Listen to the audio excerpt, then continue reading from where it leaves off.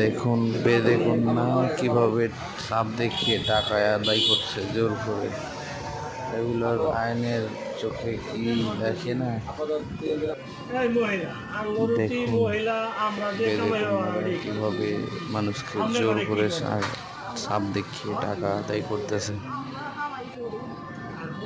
দেখুন বেদে কন্যারা কিভাবে মানুষকে জোর করে শুনছি সাপ আপনাদের দেখিয়ে টাকা পুরুষরা আদায় নাকি করতেছে। খায়, আপনার খাটুনি করে না? হ্যাঁ, ওরা কামাই করে আর কি করে? আর আপনারা তো কামাই করেন ভালো।